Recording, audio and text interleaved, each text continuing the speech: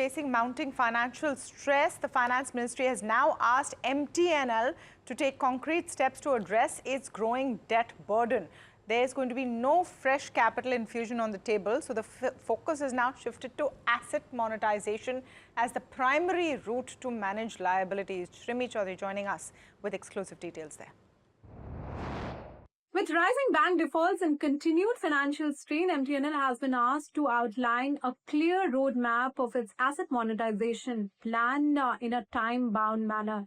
The move comes after DOT recent proposal of capital infusion into this debt-laden telecom, which was declined by Finance Ministry. Finance Ministry is apparently not happy with the roadmap which was presented by MTNL on the asset monetization plan. Now, under this monetization exercise, which is progressing well, is what sources telling us, identified and have been earmarked around 50 such assets across the country, which also include BSNL surplus non-core asset, and the valuation of those is already underway. In fact, some of the valuers have been impaneled, and a blueprint of those valuation will be soon on the government table, which will decide for the course of action. In fact, National Land Monetisation Corporation, which is a nodal authority, is assisting MTNL throughout the process.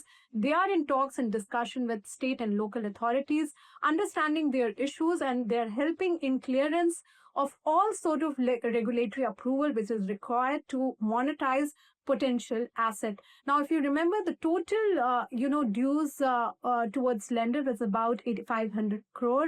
The total liability, if you talk about, is around 33,000 crore, and which also goes towards and include 24,000 odd crore of government bond. Now, DOT already loaned around 1,100 crore to service their interest on those government bonds. Now, the whole idea of this monetization exercise, particularly in state-run enterprises, which has been facing financial strain, to adopt proactive measure in order to manage the financial health better. In MTNL case, particularly, the government is quite firm to not let lenders, take any haircut, and in fact, any kind of fiscal support is completely ruled out, at least for now.